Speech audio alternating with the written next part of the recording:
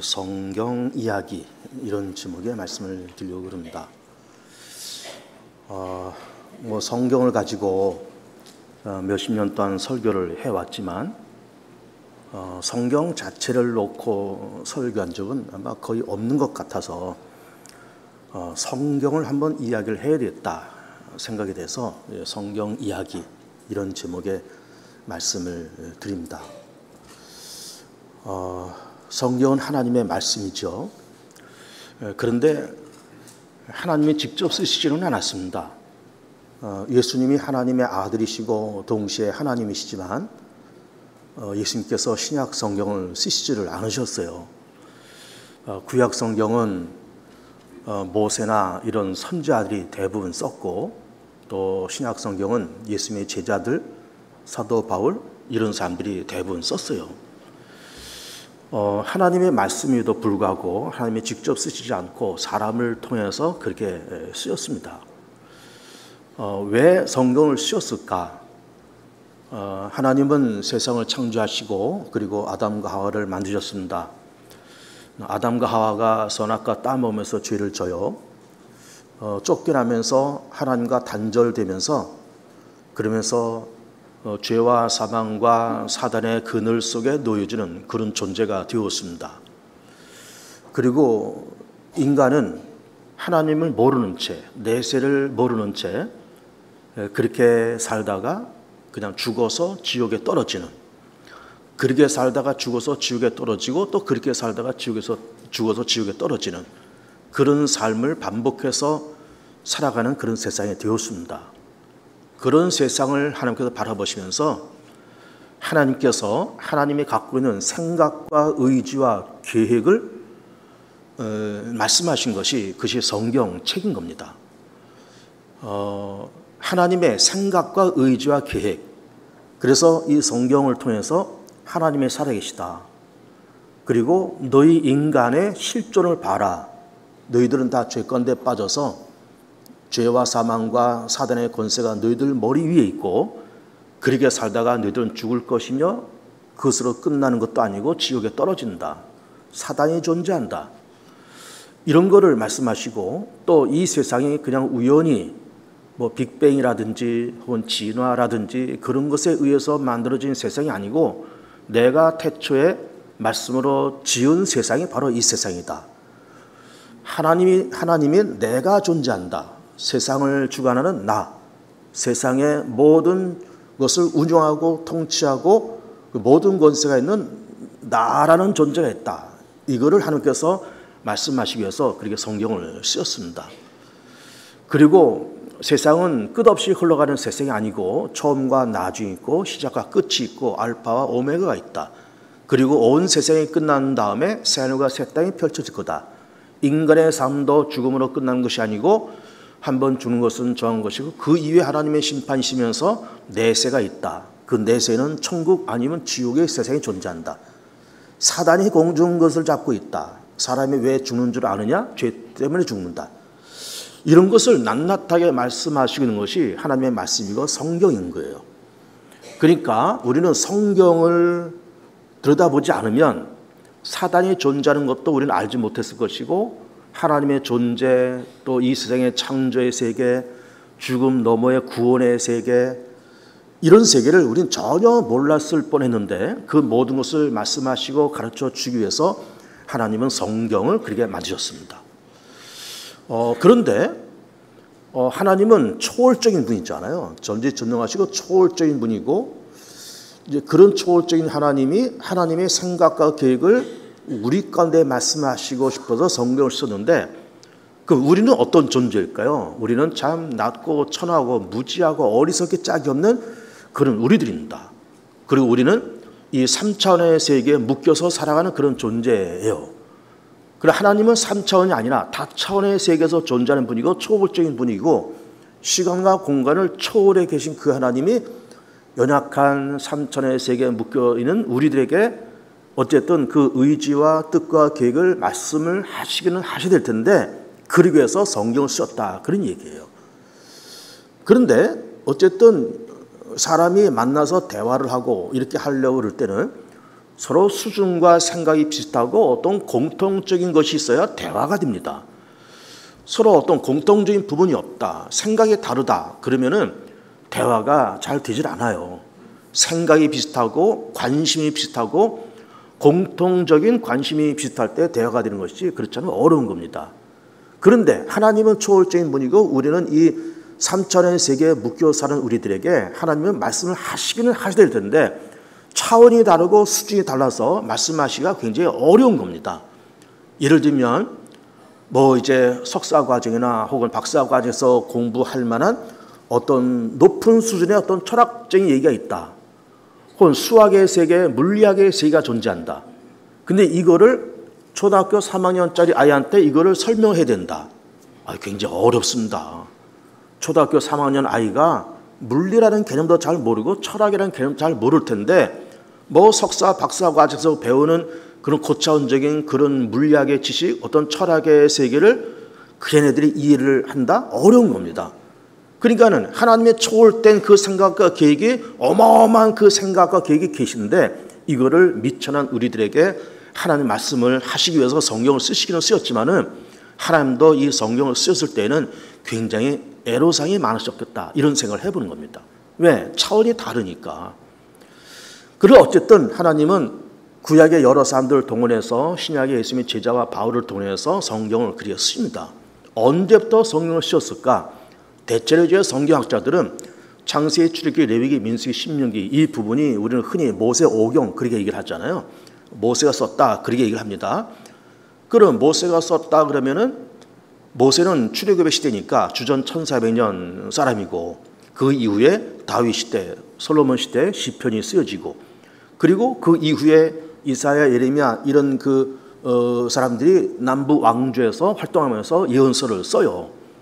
그리고 이제 예수님 시대, 그리고 예수님의 제자 시대. 그럼 예수님의 시대가 1세기잖아요. 예수님의 제자의 시대도 물론 1세기고. 그러면은 주전 1400년 그렇게 모세 시대로부터 시작해서 예수님과 예수님의 제자의 시대까지 이게 몇 년이에요? 1500년입니다. 1500년. 1500년이라는 장구한 시간 동안에 성경이 쓰여진 겁니다. 그것도 누구에 의해서 쓰여져요? 사람에 의해서 쓰여져요. 모세 혹은 이사야, 예레미야 이런 사람들에서 쓰여지고 신약 성경은 대부분 예수님의 제자나 사도 바울 이런 사람들에서 쓰여진 겁니다. 그런데 예를 들어서 이제 사도 바울이 그렇게 로마서를 썼다, 또 갈라디아서를 썼다, 그리고 이제 구약 성경에 이사야가 이사야를 쓰고 예레미야가 예레미야를 쓰는데 어쨌든 그 사람들이 써서 이것이 나중에 성경으로 편집됐다 그런 얘기예요. 그럼 그 당시에 이사야가 쓰고 예레미야가 썼을 때 물론 쓰기는 쓰지만 이것이 나중에 성경으로 편집될 것을 본인들은 몰랐을 거예요. 사도 바울이 로마 교회에 보낸 로마서 또 갈라디아 교회에 보낸 갈라디아서를 쓰면서 나중에 이것이 신약 성경으로 편집될 것을 본인은 몰랐을 겁니다. 그런데 하나님은 그 당시 모세라는 사람을 통해서 이사, 예레미야를 통해서 예수님 제자와 바울을 통해서 성경을 쓰시면서 그러면서 그냥 쓰게 된 것이 아니라 하나님의 모든 말씀은 성경은 하나님의 감동으로 됐다고 그렇게 말씀하시고 있는 거예요. 성령의 감동이죠. 성령의 감동과 하나님의 감동을 통해서 이사야와 예레미야가 그런 글을 쓰고 예수님의 제자와 바울이 그런 글을 썼다. 그런 이야기예요. 그것이 나중에 종교회의에서 요즘 말하면 우리나라의 무슨 총회 같은 데서 이것이 구약 성경은 이렇게 39권, 신약성은 27권 해서 66권의 책이 이렇게 만들어진 겁니다. 그러면서 이 66권의 책이 간단하게 한 권으로 요약되어 있어서 요즘 한 권으로 요약된 것뿐만 아니라 거기다 성경 찬송가까지 껴서 지퍼로 딱 묶어서 우리는 한 손에 딸랑 들고 다니잖아요. 이게 한 손에 딸랑 들고 다니는 이 성경이 만들어지기까지 몇 년? 1500년의 시간이 걸렸던 거예요. 장구한 시간이 걸렸습니다. 그런데 그렇게 1500년의 시간이 있고 수십 명의 저자들이 쓰잖아요. 구약성과 신약성은 수십 명의 저자들이 나름대로 다 그렇게 쓰는데 그 내용이 일맥상통하고 있는 겁니다. 어떻게 일맥상통할까? 여러 번 말씀드렸지만 성경을 한마디로 그 제목을 요약한다 그러면은 예수 그리스도 안에서의 하나님의 인류 구원이에요. 창세기를 들여다봐도 예수 그리스도 안에서의 하나님의 인류 구원, 출애굽기를 봐도 이사야를 봐도 예레미야를 봐도 신약성에 나와서 복음서와 서신서를 다 들여다봐도 예수 그리스도를 통한 하나님의 인류 구원의 그 하나님의 의지와 비전이 맥맥하게 흐르는 것이 이게 성경이고 이것이 바로 66권의 성경책이다라고 하는 겁니다. 굉장히 놀라운 거잖아요. 여러 사람이 1500년의 그 시간적인 텀을 두고 썼음에도 불구하고 그 주제와 관심이 일맥상통하고 있다. 그것이 일정하게 나가고 있다라고 하는 것이 굉장히 놀라운 겁니다. 그럼 왜 그리 가능했을까? 하나님이 과거의 그런 사람들, 신약의 그런 사람을 통해서 성령의 감동을 통해서 하나님의 생각과 의지를 전달하기 위해서 그렇게 썼기 때문에 그 내용이 일맥상통 연결되고 있다라는 말씀을 우리가 볼 수가 있는 겁니다. 그런데 우리 이제 개신교잖아요. 개신교, 신학교회다 그 말이에요. 개혁 신학교회인데, 그리고 우리 개신교는 이제 1517년에 종교 개혁을 하면서 나타난 교회가 개신교고 그 이전에는 로마 카톨릭 구교잖아요. 근데 구교에서 보는 성경책과 우리 개신교가 보는 성경책이 조금 다릅니다. 이제 성경의 기본은 물론 66권이에요. 우리 개신교 입장을 본다 그러면은 66권을 가지고 이것을 정경 그렇게 얘기합니다. 정경, 캐논 그렇게 얘기를 해요.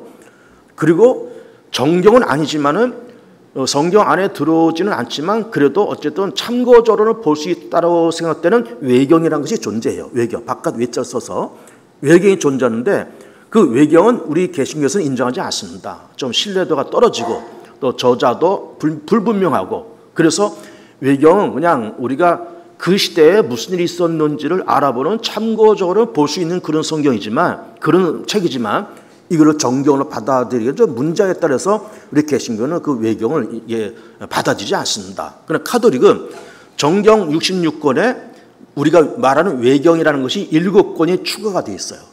그래서 혹시 여러분들이 주변에 카톨릭 교회를 다니는 분들이 갖고 다니는 그 성경책을 보면은 66권에 7개가 포함되어 있어서 전체 73권의 성경책을 그들이 갖고 있는 겁니다. 그래서 우리가 갖고 있는 66권에 외경이 들어있어요.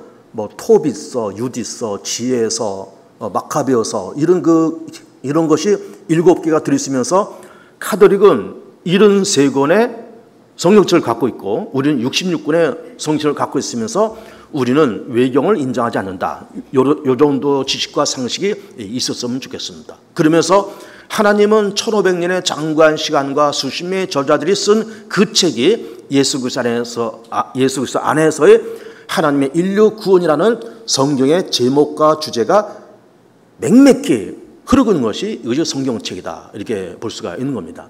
그래서 성경을 좀 분류하는 걸 좀 우리가 봤으면 좋겠는데 화면이 하나 준비되어 있을 것 같아요. 한번 화면 한번 올려보세요.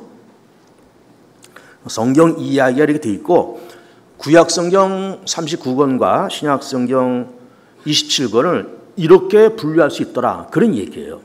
그래서 구약은 모세 오경, 그리고 역사서, 시가서, 예언서.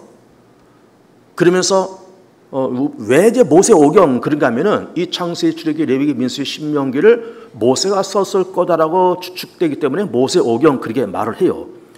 역사서는 그야말로 이스라엘 역사를 얘기하는 겁니다. 여호수아서부터. 여호수아 시대는 출애굽의 시대고 이제 광야를 건너서 요단강 건너서 여리고를 점령하면서 가나안 땅을 정복하잖아요. 그 이스라엘 민족의 역사를 말하고 있기 때문에 역사서다. 근데 이것이 단순히 그냥 이스라엘 민족의 역사만 얘기하는 것일까? 그것이 아니라 그 역사 속에서 하나님은 어떻게 역사하셨느냐, 그걸 쓰고 있는 겁니다. 역사 속에서 역사하신 하나님. 그러면서 여호수아서부터 쭉 해서 에스더까지 이것이 바로 이스라엘 민족의 역사를 이제 다루고 있는 그런 책이다라는 것이고, 시가서는 시가서, 노래입니다. 노래와 시로 되는 것이 욥시, 잠, 전, 아가서까지. 그리고 우리가 보는 욥기 1장부터 40몇 장까지 쭉 이렇게 있는데 그 욥이 고난당하고 그러다가 다시 하나님을 찾으면서 믿음을 회복하면서 갑자기 축복받았다, 그런 내용이 있잖아요. 참 그 말씀 한 절 한 절이 참 기가 막힌 그런 말씀들이 기록됐는데 이게 다 그 당시에 노래의 가사였다는 거죠. 노래 가사. 그리고 시편은 마찬가지. 시편도 노래 가사예요. 잠언, 전도서, 아까 다 마찬가지입니다. 예언서, 말 그대로 예언서입니다. 이사야서부터 마지막 말라기까지 다 예언서로 이렇게 되어 있는 것이고, 그러면 그 예언서 혹은 선지서 얘기하면서 흔히 대선지서, 소선지서 이렇게 나누기도 합니다. 그렇게 나누는 까닭은 그 책의 분량을 따져서 책의 분량이 두꺼우니까 그 볼륨이라고 했잖아요. 그 두께를. 볼륨이 좀 크면 대선지서, 볼륨이 작으면 소선지서 이렇게 얘기를 하는 겁니다. 그래서 이사야서부터 다니엘까지 이건 분량이 큰 책들이에요. 그래서 대선지서. 그리고 호세아서부터 말라기까지는 다 작은 책들이잖아요. 뭐 3장, 4장 이렇게 되어 있는 책들이에요. 그래서 분량이 작기 때문에 소선지서 이렇게 분류를 합니다. 그리고 신약을 분류하면 복음서와 역사서와 서신서와 계시록 이렇게 네 가지로 분류를 하면서 복음서는 그야말로 마태, 마가, 누가, 요한복음 이것이 복음서고 그러면서 복음서 가운데 흔히 공관복음이라는 말하는 마태복음, 마가복음, 누가복음 세 권을 공관복음이라는 것은 요한복음과는 달리 마가복음과 그리고 마태, 마가, 누가복음은 우리가 그걸 잘 알듯이 중복되는 내용이 많이 있습니다. 마태복음에 나오는 얘기가 마가복음에 나와 있고 비슷하게 나와 있어요. 그럼 왜 비슷하게 나와 있느냐? 마태가 예수님을 보고 예수님께 하셨던 말씀, 기사, 이적 여러 가지를 보고서 기록하고 누가도 동시에 보고 기록하고 마태도 동시에 보고 기록하고 동시에 보고 기록했기 때문에 공관, 같이 봤다. 공관복음. 그래서 예를 들면 오병이어 같은 그런 기적도 물고기 2마리 떡 5개로 5,000명 먹였다. 그 얘기잖아요. 그리고 12마리 남았다. 그 이야기가 마태, 마가, 누가에 다 나오고 있는 거예요. 나오고 있는데 예수께서 벳세다 광야에서 그렇게 물고기 2마리 떡 5개로 5,000명 먹이는 그 현장에 아마 마태도 거기 있었고 누가도 있었고 마가도 있었다 이렇게 보는 거예요. 그러면서 그 현장을 똑같이 그렇게 기록을 하고 있다. 그래서 공관복음을 얘기하고 있는 겁니다. 역사서는 예수님의 제자와 사도 바울 이런 사람들이 다니면서 교회 세우고 복음 전하는 그야말로 복음의 역사, 교회 개척의 역사, 기독교 초창기의 역사를 다루고 있기 때문에 역사서라 그렇게 이야기를 하고 있고 서신서는 편지입니다. 로마서 같은 경우는 사도 바울이 로마 교회에 보낸 편지예요. 또 빌레몬 그러면은 사도 바울이 빌레몬이라는 사람에게 보낸 편지입니다. 디모데 전후서 오늘 본문이 디모데 후서인데 디모데 전후서 디도서도 다 편지 형식이고 사도 바울이 자기 제자인 디모데에게 또 자기 제자인 디도에게 보낸 편지가 이것이 디모데 전서 후서 디도서 이렇게 되고 있는 것이고 편지 형식으로 되는 것이 서신서다. 계시록은 역시 요한계시록 얘기하는 것이고 그러면서 네 가지로 분류할 수 있다라는 것이고 그러면서 그 서신서도 또 세 가지 분류가 가능한데 교리를 말하고 있는 서신서 로마서와 고린도 전후서와 갈라디아서 그리고 옥중서신 옥중서신이라고 하는 것은 사도 바울이 로마 감옥에서 쓴 편지예요.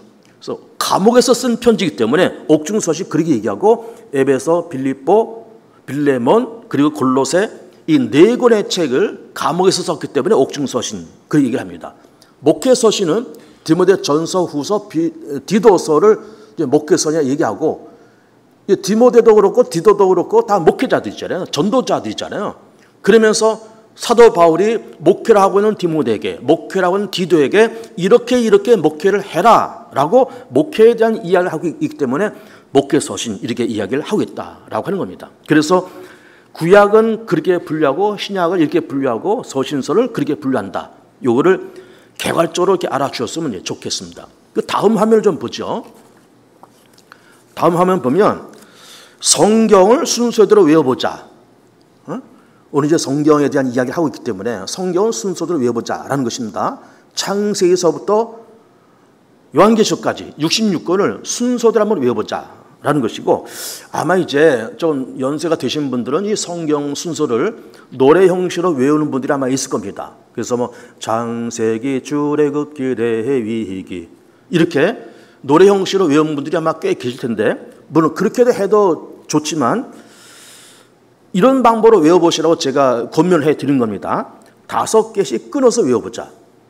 창출 레민신, 수삿 룻 33, 3일상 3일하 그러지 말고 그냥 수삿 룻 33, 왕왕데데스, 느에 없이 잠, 전하사람의 겔단 호요람, 오변미나, 스팍승 말 신약에 넘어서도 마망 누교행, 롬고갈레, 빌골살살딤, 딤딘 몬히약, 베페 요요 유게 이렇게 첫 글자를 따서 5개씩 끊어서 외우시면 대단히 좋고 이렇게 외우게 되면은 뭐가 좋은가 하면은 성경을 찾기가 좋습니다.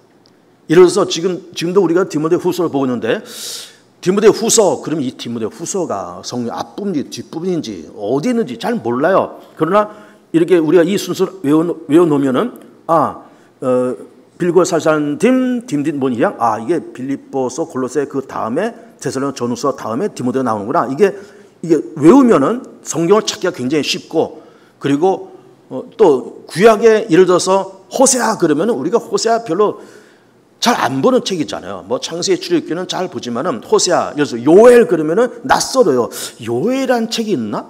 오바댜 그러면은 이 오바댜가 뭐지? 구약성에 있는 거가 있으면 어디 있는 건가? 잘 이게 이해가 안 될 텐데 이거 순서적으로 딱딱 5개씩 끊어서 외우시면 찾기가 더 좋고 굉장히 머릿속에 싹 들어옵니다.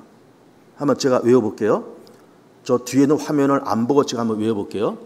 장출레미신 수사루삼상 와망대에서 느옵시자는 전하 사람의 결단 호요람 오벤미나 스박승말 마망 dü교행 롬고갈레 빌골 살살 딤딤딘 모니약 뺏뺏 요요유게 이렇게 66권을 첫 글자만 따서 이렇게 외우시면 찾기도 좋고 성경이 머릿속에 싹 들어옵니다. 그 아까 봤던 성경 그 이야기 분류해서 이렇게 보면 디모데 전서 이거는 목회 서신이야. 로마서 이건 교리 서신이로구만. 그리고 이사야 예언서 모세오경 그러면서 성경 전체가 66권이 머릿속에 딱 들어오면서 정리가 되는 거예요. 이제 화면을 내리고 저를 보십시오. 자, 이렇게 성경 이야기 분류를 하고 5개씩 끊어서 외우시면은 성경이 전체적으로 머릿속에 들어온다. 이런 말씀을 드리는 것이고 그리고 그렇다 그러면은 성경에는 어쨌든 예수 그리스도 안에서 하나님의 인류 구원이라는 거잖아요. 그러면서 성경 속에 무엇이 들어있는가라고 하는 것을 오늘 본문에서 말씀하시고 있습니다. 조금 이따 우리가 보겠지만 성경 속에 무엇이 있는가를 7가지로 나열을 하고 있습니다. 첫째는 예수 그리스도를 믿는 믿음을 통한 구원에 이르는 지혜, 그리고 교훈과 책망과 바르게 함과 의로 교육하게 유익하고 하나님의 사람으로 온전케 하고 선을 행할 능력을 준다. 7가지를 말씀하시고 있는 겁니다. 7가지. 그래서 말씀을 한번 직접 보죠. 우리 조금 있는 3장 어디 보신가 하면은 15절 보세요. 15절. 또 어려서부터 성경을 알았나니 성경은 능히 너로 하여금 그리스도 예수 안에 믿음으로 말미암아 무엇에 이르는 지혜? 구원에 이르는 지혜가 있게 하느니라. 첫 번째입니다. 이것이 구원에 이르는 지혜. 둘째는 뭘까요? 모든 성경 하나님의 감동으로 된 것으로 두 번째는 교훈, 책망, 바르게 함, 의로 교육하기에 유익하고 17절에 하나님의 사람으로 온전케 그리고 선을 행할 능력 7가지. 이게 어디에 들어있다? 성경 속에 들어있다. 그리고 성경 전체를 예수 그리스도 안에서 하나님의 인류 구원이고 그 하나님의 말씀 속에는 이런 7가지의 내용이 들어있고 그렇게 하면서 사람을 유익하게 하고 구원에 이르고 사람을 온전케 하고 선한 일을 행할 능력을 준다. 그런 얘기예요. 그래서 7가지가 다 좋은 말씀인데 여기서 2가지만 설명을 해드리려고 그래요. 첫째는 구원에 이르는 지혜입니다. 구원에 이르는 지혜. 그 구원에 이르는 지혜가 성경 속에 있다. 그런 얘기잖아요. 그럼 구원에 이르는 지혜가 뭘까? 여러분, 구원이라는 개념은 우리 기독교만 갖고 있는 개념이 아니에요. 그리고 우리 예수 믿는 우리들에게만 필요한 개념도 아닌 겁니다. 구원은 불신자들도 구원을 사모하고 다른 종교 사람들도 구원을 다 사모해요. 물론 그 내용과 방향이 살짝 달라서 그렇지 다 구원을 다 사모합니다. 예를 들어볼까요? 어떤 사람이 중병에 걸렸어요. 그래서 이제 시한부 인생에 대해서 6개월밖에 못 산다, 3개월밖에 못 산다라는 그런 시한부 인생이 될 수가 있습니다. 그러면 이 사람이 어쨌든 어떻게 해서든지 이 병이 나으려고 몸부림을 쳐요. 그러면 자기 병이 나으려고 몸부림 치는 이게 뭐예요? 이게 구원을 향한 인간의 몸부림이에요. 병든 자가 낫는 것도 구원의 개념이 있잖아요. 그리고 이렇게 가난하고 어렵고 빚더미 안고 그렇게 있다가 좀 이렇게 어떤 좋은 일이 생겨서 사업도 좀 잘 되고 빚도 좀 갚고 좀 번듯하게 일어났으면 좋겠다고 하는 그런 생각을 다 갖고 있습니다. 이게 우리만 갖고 있는 생각이 아니고 불신자들도 타 종교인들도 다 그런 생각을 갖고 있어요. 그 생각은 뭐예요? 이게 구원이에요. 다 갖고 있는 겁니다. 더 나가서 이 땅에 살 때는 좀 좋게 살고, 그리고 뭐 죽어서 어떤 세상에 있는지는 모르겠지만 만약에 있다 그러면은 좋은 데 가고 싶어. 그럴 것 아닙니까? 다종교인도 다 그렇게 생각하는 거죠. 무종교인도 그렇게 생각할 거예요. 뭐 내세가 있는지 없는지 잘 모르겠지만 만약에 있다 그러면 전 좋은 데 갔으면 좋겠어 라는 그 고백, 그 넋두리, 이게 구원을 향한 인간의 몸부림인 겁니다. 그러니까 우리가 뭐 하나님 앞에 나와서 막 침 튀기면서 나를 구원해달라 그렇게 하는 것도 구원에 대한 열망이지만, 불신자들과 타종교인들이 그래 어쨌든 뭐 좀 이렇게 내 병도 좀 낫고 자식들도 좀 잘 되고 내가 죽은 다음에 뭐 내세가 있는지 없는지 모르겠지만 만약에 있다 그러면 좋은 데 갈 수 있으면 좋지 라고 말을 하는 것이, 이게 구원에 대한 일반인들의 열망이다 그 말이에요. 그런데 그 구원에 대한 열망이, 그 구원에 대한 지혜가 어디에 있다? 성경에 있다는 거죠. 성경에 있다. 그러면 성경에서는 구원에 대해서 뭐라고 말씀하고 계세요? 성삼위 하나님이 계시다. 너희들은 다 아담 이후로 원죄와 자범죄가 있어서 너희들은 다 죄권에 빠져서 왜 죽는 줄 아니? 죄 때문에 죽어. 그럼 죽으면 끝인 줄 알아? 아니야. 하나님의 심판이 있고 그 다음에 지옥이 있고 천국이 있어. 응? 그리고 너 잘 되고 싶어? 너 예수님을 믿고 영접하고 거듭나서 그래서 거듭나면 하나님께서 너를 영원히 잘된 것에 범사 잘고 강건케 돼. 응? 그러면서 구원에 대한 진리를 말씀하시면서 회개하고 예수 믿고 영접하고 믿음으로 살고 열심과 정성을 다해서 믿음으로 성령 충만함으로 성령의 감동스럽게 그렇게 살다가 죽으면 부활돼서 지옥으로 떨어진 것이 아니라 천국으로 들어가서 영원히 산다. 이것이 구원에 대한 지혜잖아요. 그러면 하나님이 계시다. 또 인간은 죽을 수밖에 없는 존재다. 한 번 죽어서 정한 거지 그 다음에 하나님의 심판이 있다라고 하는 그 개념이 이 세상에 존재하냐 이거예요. 세상 사람들은 사람이 왜 죽는다고 생각할까요? 그러니까 늙어서 병들어서 죽는다 그렇게 생각해요. 성경은 그렇게 말씀하지 않습니다. 왜 죽느냐? 죄 때문에 죽는다. 모든 사람의 죄를 범하여 하나님의 영광이지 못하고 죄의 삭은 사망이요 하나님의 은사는 그리스도 예수 안에는 영생이라 그렇게 말씀하고 계시잖아요. 그러니까는 이 사람이 죽는 것이 죄 때문에 죽는다고 하는 것도 일반 사람들은 전혀 모르는 거예요. 그건 누가 말씀하고 계세요? 어디에 말씀하시고 있는 거예요? 성경에서만 말씀하고 있는 거예요. 인간은 다 죄에 빠져서 허물과 죄로 다 죽음에 걸려 있고, 인간은 다 공중권세를 갖고 있고, 공중권세를 다 눌려 살고 있고, 그리고 사단의 근원 속에 다 인간은 살고 있어. 죽으면 다 그 죄 때문에 죽고 지옥 가. 그런 인간의 실존을 이거를 들추는 것이 누가 들추고 있는 거예요? 어디서 들추고 있는 거예요? 성경에서 들추고 있어요. 모두가 다 죄권에 빠져서 하나님의 영광이지 못한다. 성경에 들추고 있습니다. 하나님의 나라와 지옥의 개념 성경에 말씀하고 계세요. 그냥 불신자들은 죽어서 그냥 어디 좋은 데 있으면 좋지. 그냥 좋은 데라고 생각하는 거죠. 근데 좋은 데가 아니라 성경은 뭐라고 말씀하고 계세요? 천국, 하나님의 나라, 영원한 세계. 정확하게 말씀하고 있잖아요. 지옥, 유황불모, 꺼지지 않는 유황불모. 정확하게 말씀하고 있는 겁니다. 그러니까는 성경은 하나님의 존재를 선포하고 계시고, 그리고 인간의 실존을 선포하고 있고, 예수님 믿고 회개하고 죄산받고 거듭나서 신실하게 믿음으로 사는 그 사람이 나중에 죽어서 죽을지라도 부활해서 하나님 나라에 들어간다고 정확하게 구원에 이런 지혜를 말씀하고 있지, 세상에서는 전혀 말하고 있지 않습니다. 여러분, 매스컴에서 구원에 이르는 지혜를 말을 할까요? 교육 현장에서 구원에 이르는 지혜를 얘기할까요? 얘기하지 않습니다. 뭐 재테크 얘기하고 정치 얘기하고 나 그러지, 구원에 이르는 지혜를 얘기합니까?